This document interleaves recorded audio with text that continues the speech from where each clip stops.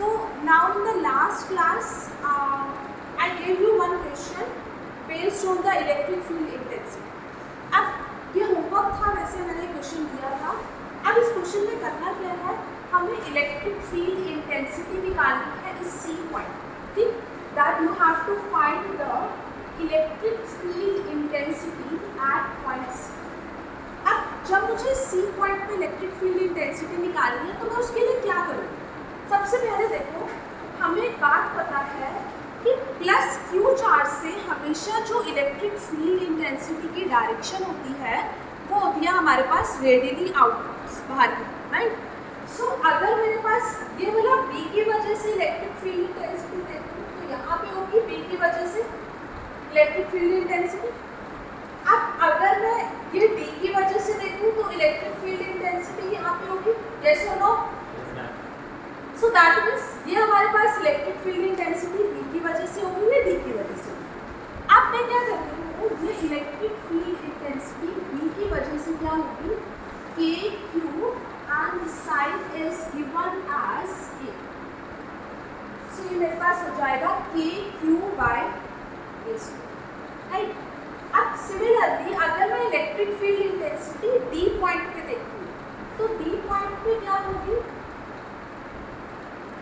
के Q over A square. Clear. अब यहाँ से ये देखो, ये जो ई बी है, this E B is equals to E, that means I can write it as E.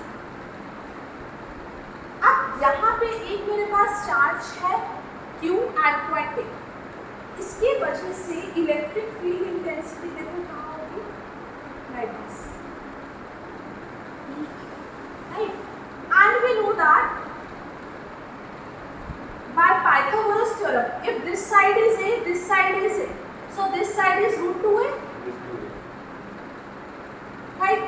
So that means अगर मुझे इलेक्ट्रिक फील्ड इंटेंसिटी एक पॉइंट पे निकालनी है, so K Q over root 2A whole square, and this will be equals to K Q over 2A. अब मुझे क्या करना था, मुझे क्या करना है, इलेक्ट्रिक फील्ड इंटेंसिटी ये सी पॉइंट पे निकालनी. अब ये डी और बी का एक रिजल्टेंट यहाँ पे आएगा, resultant electric field, right.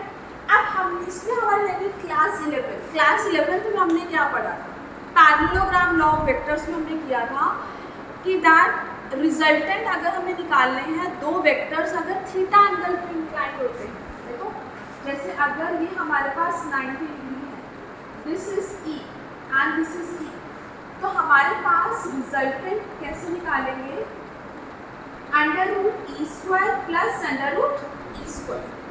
So that will be equals to 2e square and the resultant will be equals to root 2. So this is the resultant electric field which will be equals to under root 2. और हमने E को solve कर लिया. E कितना आया हमारे पास, के Q by A square.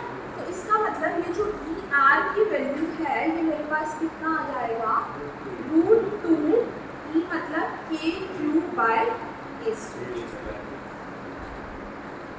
Right. अब अगर इन दोनों की डायरेक्शन सेम है, अगर डायरेक्शन सेम है दैट मीन्स मैं उनको डायरेक्टली ऐड कर सकती हूँ नेट सी पॉइंट पे निकालने के लिए.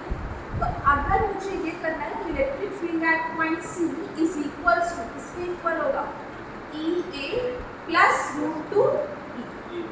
एंड ई ए किसके इक्वल है, K Q over 2a square plus root 2 E किसके इक्वल है, K Q over A square. बस सॉल्व कर लो, मैथमेटिक्स है simple. K Q by A square को कॉमन निकाल लो and this is equals to 1/2 plus, this is your final answer, electric field at point C. And this is a very important question. Note down कर लो इसको.